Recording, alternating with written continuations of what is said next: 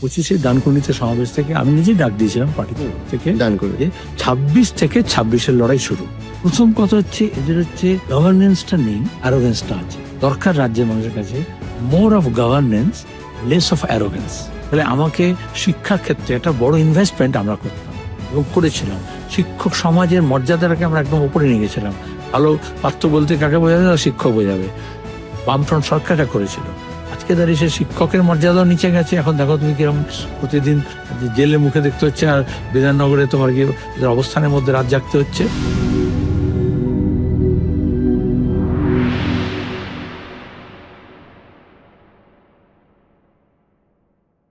2026-এর vote আসছে, আপনার কি মনে হয় সিপিআইএম কি পরিস্থিতিতে দাঁড়িয়ে আছে? আমরা 25 তারিখে ফেব্রুয়ারি মাসের সম্মেলন শেষ করেছি। সেই সম্মেলনে আমরা একটা বিশেষ অধিবেশন করেছিলাম। এখানে 26-এর লড়াইটা আমরা কিভাবে লড়বো। 25শে ডানকুনিতে সমাবেশ থেকে আমি নিজেই ডাক দিয়েছিলাম পার্টি থেকে, 26 থেকে 26-এর লড়াই শুরু। 26শে ফেব্রুয়ারি থেকে আমরা সেই কাজ শুরু করেছি। সাংগঠনিক প্রস্তুতি আজকের দিনে হচ্ছে বিজ্ঞান, প্রযুক্তি, তথ্য নির্ভর অনেকগুলো কাজকর্মগুলো করতে হয়, অনেক হোমওয়ার্ক করতে হয়। তার উপর দাঁড়িয়ে একেবারে তলায় বুথ লেভেল পর্যন্ত সংগঠনকে চাঙ্গা করে রাখতে হয়।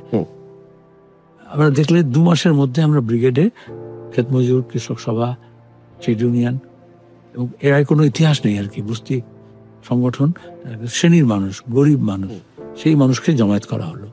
এই শ্রেণী বিচ্ছিন্নতা কারণ এটা একটা শেষ নয়, ওখান থেকে নতুন সূত্রপাত হলো যেখানে এই অংশকে সামনে নিয়ে আসতে হবে টু দ্য ফোর। তার আগে যুবদের সমাবেশ হয়েছিল, ইনসাফ ব্রিগেড হয়েছিল। ছাত্রদেরকে আবার ক্যাম্পাসে গিয়ে তাদের কাজকর্ম করার হচ্ছে। সে সন্ত্রাস এখন অতটা সেই লেভেলে তৃণমূল সন্ত্রাস চালাতে পারে না, এখন নিজেকে খুন করছে। তো সেখানে দাঁড়িয়ে আমাদের এই স্প্রেড দ্য উইংস, দুই হচ্ছে নিজের মধ্যে একটা কনফিডেন্স তৈরি করা, ইয়েস উই ক্যান, আমরা পারি। এটা কি হয়, হেরে হেরে কি হয়, একটা ডিমোরালাইজেশন এফেক্ট তৈরি করা হয়। প্রতিদিন তোমাকে মনে করা হয় তোমরা তো শূন্য। তো সেটা বিরোধী দলের একটা প্রচার থাকে। সে বাস্তবতাকে মেনে নিয়ে আমরা সেখানে কিভাবে ওভারকাম করবো তার একটা সাংগঠনিক প্রস্তুতি। সবটা এখানে বলা যাবে না তোমার পডকাস্টে, সেটা আমাদের মাথায় আছে। এবং আমরা একটা টাইম ফ্রেম করেছি, জুন মাসের মধ্যে, এই সেপ্টেম্বরের মধ্যে, এই ডিসেম্বরের মধ্যে ইন্টারনাল সেটা করা হচ্ছে এবং সেটা ফিল্ডেও কিছুটা নামানো গেছে। আমরা ইতিমধ্যে দেখলে যে আমরা এপ্রিল মাসে 22 তারিখে আমাদের নতুন সাধারণ সম্পাদক এসেছিল, Sitaram Yechury cadre development programme শুরু হয়েছে। প্রথম একটা প্রজেক্ট বেসড আমরা করেছি, যেখানে অল্প বয়সী ছেলে মেয়েদের নিয়ে সব জেলা থেকে, সব সংগঠন থেকে তাদের রিগারাস ট্রেনিং এর মধ্য দিয়ে আমরা উপযুক্ত নেতৃত্ব গড়ে তুলব। এটা তো গেল ইন্টারনাল কথা। এবার ধরুন একদম পলিসিতে আছি, পলিটিক্স থেকে। সেটা হচ্ছে যে রাজ্য সরকারে আমি তৃণমূল কংগ্রেস রয়েছে, 15 বছর তাদের হয়ে গেল। আপনি সিপিএম এর রাজ্য সম্পাদক হিসেবে সরকারের কোন কোন পলিসির সাথে একমত নন, আর কোন কোন পলিসি আপনার মনে হয়েছে যে বামপন্থীরা এটা নিজেরা যদি আগে করতে বেটার হতো? প্রথম কথা হচ্ছে এদের হচ্ছে গভর্নেন্সটা নেই, অ্যারোগেন্সটা আছে। অথচ দরকার রাজ্যের মানুষের কাছে more of governance, less of arrogance. এই যে হম্বি তম্বি করা, মমতা এখন যে মুর্শিদাবাদে গিয়ে যেমন দেখাচ্ছে, কিন্তু আসলে তো মুর্শিদাবাদে যখন দাঙ্গাটা হলো তখন তো failure, absence of governance. Police প্রশাসন বলো, সরকার বলো, সাধারণ প্রশাসন বলো, মন্ত্রী, এমএলএ, এমপি বলো, পুরসভা কাউন্সিলর, যারা এত মাতব্বর, ভোটের বুথে একদম ঢুকতে দেবে না কাউকে, তারা কিন্তু দাঙ্গাবাজ এখন বলছে বৈরাগ, তো দাঙ্গাবাজে ঢুকতে দিল। তাই যে কলেজে ছাত্রকে ঢুকতে দিচ্ছে না, সে কিন্তু দাঙ্গা করতে গিয়ে পুরো ব্লকে ঢুকতে দিয়েছে। তাহলে অ্যাবসেন্স অফ গভর্নেন্স এক। আমাদের বামপন্থী মানে হচ্ছে, অনেকে বলে কি সাদাসিধে লোকজন ছিলেন, বুদ্ধ ভট্টাচার্য কিরকম জীবন কাটিয়েছেন।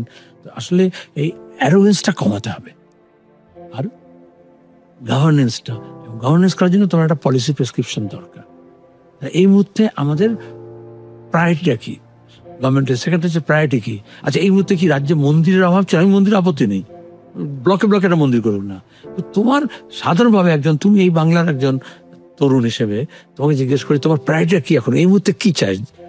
বেকারি, কাজ চায়, কাজের জন্য কারখানা চায়, অফিস আদালত চায়, যেখানে দাঁড়িয়ে রিক্রুটমেন্ট চায়, সরকারি যে শূন্যপদে যেগুলো পূরণ করা দরকার আছে।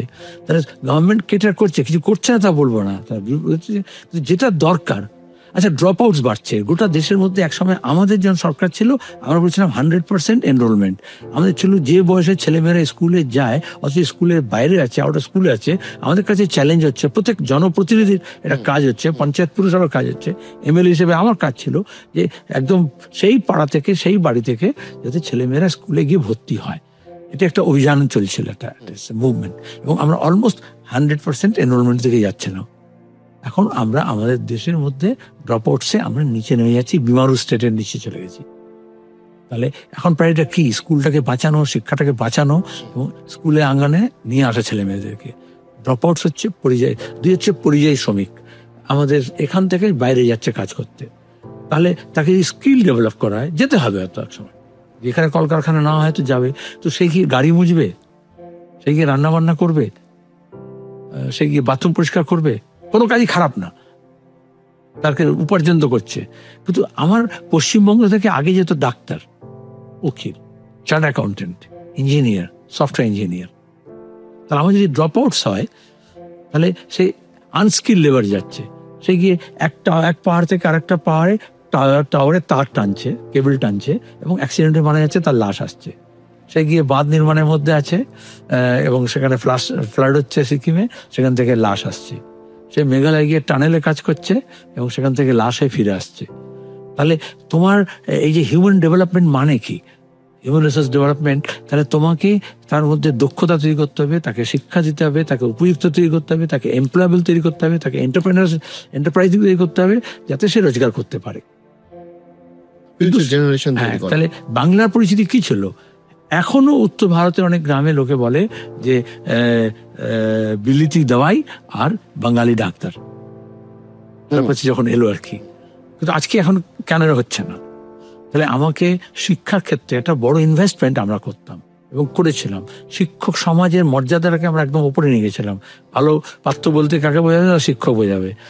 বামফ্রন্ট সরকারটা করেছিল। আজকে দাঁড়িয়ে সে শিক্ষকের মর্যাদাও নিচে গেছে। এখন দেখো তুমি কিরকম প্রতিদিন জেলের মুখে দেখতে হচ্ছে, আর বিধাননগরে তোমার গিয়ে অবস্থানের মধ্যে রাত জাগতে হচ্ছে। আর লোকে জিজ্ঞেস করে আপনি টাকা দিচ্ছি শিক্ষক হয়েছেন না এমনি শিক্ষক হয়েছেন, মর্যাদা তুলে মিশেছে। এবং স্কুলগুলো বন্ধ হয়ে যাচ্ছে, খালি হয়ে যাচ্ছে। শিক্ষা প্রায়োরিটি কোনটা? তৃতীয় হচ্ছে যে তোমার গিয়ে এই যে দুর্নীতি আছে, কারাপশন। একদম তুমি একটা স্কুটার চালিয়ে এক জায়গা থেকে একটা জায়গায় যাও, 2 চাকা 3 চাকা 4 চাকা যাই চারে যাও, তার ভিত্তিতে তোমার একদম রেট পুরো বাঁধা আছে। যদি হুগলি থেকে আসো, সিঙ্গুর থেকে, প্রত্যেক সন্ধ্যেবেলা দেখবে প্রত্যেক থানা গাড়ি ওখানে দাঁড়িয়ে আছে হাইওয়ে থেকে, এবং তার হচ্ছে ওই রেট, ট্রাফিক জ্যাম হোক যাই হোক। আমাকে একদিন বললো আমি গাড়ি দাঁড়িয়ে আছি কিন্তু তুলছে না, আর কথা না সেটাও ওইটা আমার তাই জানা ছিল, তুমি যেন বললে তুলছে না। তো আমরা এরকম করে দাঁড়িয়ে আছি, সামনে ভিড় আছে, তাই হচ্ছে একজন নেমে গেছে, দেখছে, তারপর আসছে, ফিরে আসছে। তাই বললাম কি হলো দাদা, কি হয়েছে? বলছে আরে টাকা তুলছে। কমেন্ট করলো যেন। সঙ্গে সঙ্গে যে পুলিশটা দাঁড়িয়ে ছিল পাশে, সে বললো তুলছে না, আগে তোলা দিয়ে তারপরে তুলতে এসছি। তার মানে আগে কালীঘাটে, শান্তিনিকেতনে বা ক্যামাক্সিতে জমা দিয়েছে, তারপরে পোস্টিং হয়েছে। এইভাবে কয়লা পাচার, এইভাবে গরু পাচার, এইভাবে হচ্ছে তোমার গিয়ে বালি পাচার, এটাকে বন্ধ করতে হবে। কারণ এটা আলটিমেটলি তুমি যে বাড়ি তৈরি করছো, তোমাকে বেশি দামে বালি, বেশি দামে পাথর কিনতে হচ্ছে। এটা সিন্ডিকেট রাজ। এবং সেখানে দাঁড়িয়ে তো একদিকে তোমার কাটছে, আর অন্যদিকে বলছে আমি তোমাকে কিছু টাকা দিচ্ছি। এই যে তুমি বললে কোনটা আপনার ভালো, কোনটা, এই যে ডাইরেক্ট ট্রান্সফার টাকা দিচ্ছে। আচ্ছা, গত ভোটের সময় কৃষকদের বলেছিল ডাইরেক্ট ট্রান্সফার। এটা কোনো মোদী সরকার বা মমতা সরকারের কেরামতি নয়। টেকনোলজি, তুমি টেকনোলজি কাজ করে তুমি জানো। এখন প্রথমত হচ্ছে ইনক্লুসিভ হলো, ফাইন্যান্সিয়াল ইনক্লুশন, সবার ব্যাংক অ্যাকাউন্ট করা হলো, আগে ব্যাংক অ্যাকাউন্ট ছিল না। তাহলে কোর ব্যাংকিং করে, কম্পিউটারাইজ করে এই সুবিধাটা হয়েছে, যেখানে তোমার ব্যাংক অ্যাকাউন্ট আছে। দুই হচ্ছে তোমাকে ডাইরেক্ট ট্রান্সফার, তোমার অ্যাকাউন্টে টাকাটা যাচ্ছে। তার আগে যেটা যেত ভায়া মিডিয়ায়, এখন হচ্ছে তোমার গিয়ে তোমার অ্যাকাউন্ট সরাসরি চলে। কিন্তু তার মধ্যে দুর্নীতি আছে। তো ঘরের টাকায় দুর্নীতি কি করে হলো?